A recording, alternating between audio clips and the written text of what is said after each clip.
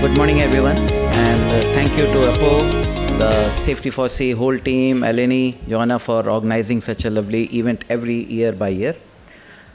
So, let me ask you all first of all, before we start into the presentation mode. So we are in a very nice conference room I see in Columbia Plaza. I see most of us are wearing a nice business attire, right? Ties, suit, nice way of coming up in a conference, making a notes, right? Now what if I say, anyone think in this coming in a conference, coming in a loose t-shirt, jeans, hoodie, kind of a thing? Anyone interested in that? Do you think, oh, he is there, so I have one exception. That's great. So I did not expect, but that's great. Now, if I ask, if the same venue, Columbia Plaza, in evening time, night hours, Apo through a party from Safety4Sea, what happened then? And he invites all of us for a party. Will you be coming like this, or you think that is the time you think you will be coming in a loose dress with a tie, t-shirt, not tie, I mean the t-shirt, hoodies and all? How many of you think will be coming like that? Please raise the hand. Many of you. So what happened here? The venue remains same, people remain same, but then our behavior changed, right? We wanted to behave in a different manner when we came in a night party, or for that matter, this conference which we are doing now. So that is what it is. If you see, let me see, yes, sorry. If you see, the environment shape our behavior. The environment was for the conference, we are conducting as a conference. The environment came in a party. To make a party mode, we became a party mode behavior, right?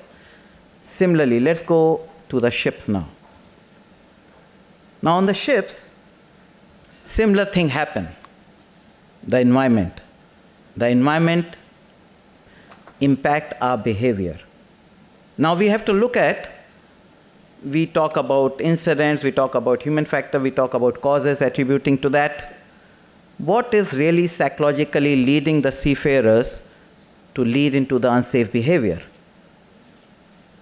These are the things. Of course, the ones who have sailed on the ships can see it is quite physically demanding job there. It is a life of isolation, unlike what we are here in our shore with the families and everyone. Safety concerns are there. Of course, the careers are limited, not like various ranks. You have one certain ranks to go up to the captain or chief engineer. And now, for last 1 decade or so, lot of technical and innovation advancements taking place, right? Now, that's a great thing that I am one of the last panelists for this session. My job became very easy. Like Cleo has already mentioned, all the 4 stages of psychological safety, I'll not deep dive. Only thing I want to say here is, inclusion safety, as industry, we are almost over there for last few years, I would say. Learner safety also, we are almost there. The problem is in the last 2, contributor safety and the challenger safety. Although we feel and we believe, we tend to believe that we are there, but there's a lot of work to be done on there, right? Now, Cleo also mentioned about procedure acting into the practice. So here is my practice, how I can inspire you all, because inspire starts from I. So I can only talk about what we do in practice in our company, Fleet Management, right? So we have 3 tools, 3 steps.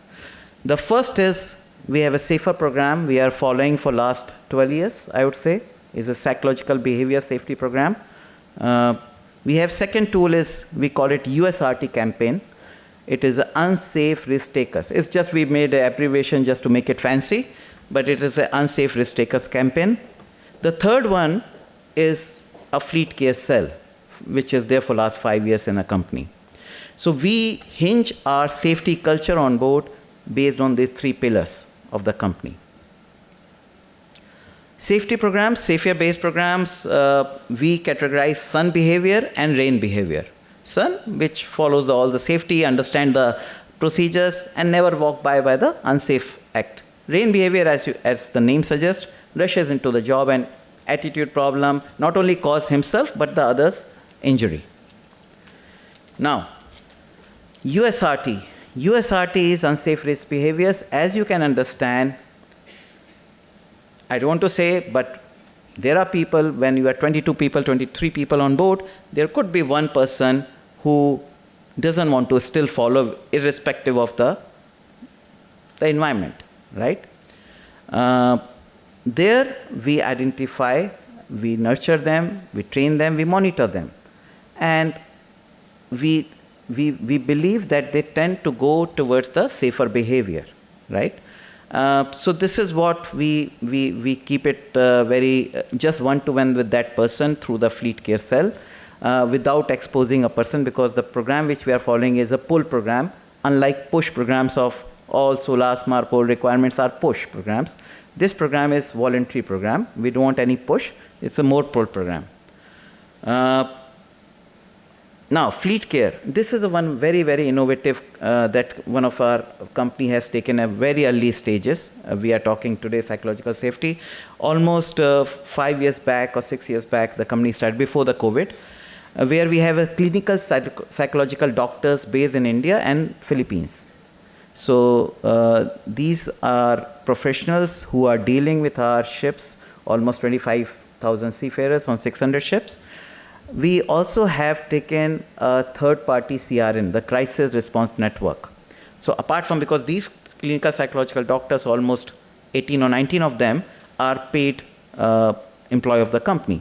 So we wanted a third-party involvement as well, in case to make it impartial.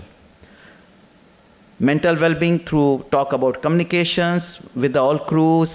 Of course, now most of the companies are also doing psychological first aid trainings that is being identified. So the idea is top 4, I'm sure many of us are doing, top 4 are trained by these clinical psychological doctors in order to identify the signs on board. Like master and chief engineer both are trained. So if it's happening with captain, chief engineer can identify. So that's the idea. They are not doctors on board.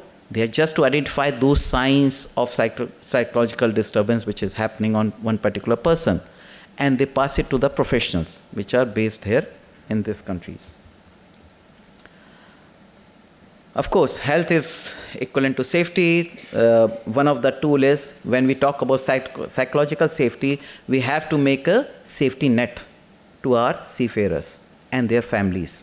So that's the effort which is done with insurances, not only the P&I and all, to the families as well.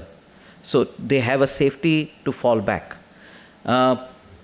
Recently, last year, company has also collaborated with ISWAN to have sailing together booklet, guidelines, where it was built together by the company and the ISWAN, where we talk about psychological safety in a sense that what all measures to be done when you have isolated work profile on ship, and what families can do, and put them together. So that was done last year recently. Okay, bridging the skill gaps for a future.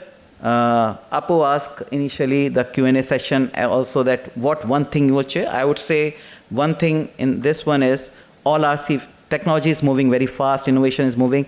We need to bridge the gap by a real way of doing the training on our seafarers. So that is a one small thing which I must say.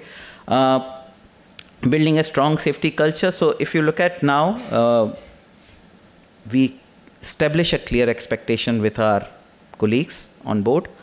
Leading by examples, Captain Ashley just now mentioned, very true. We have to lead by examples.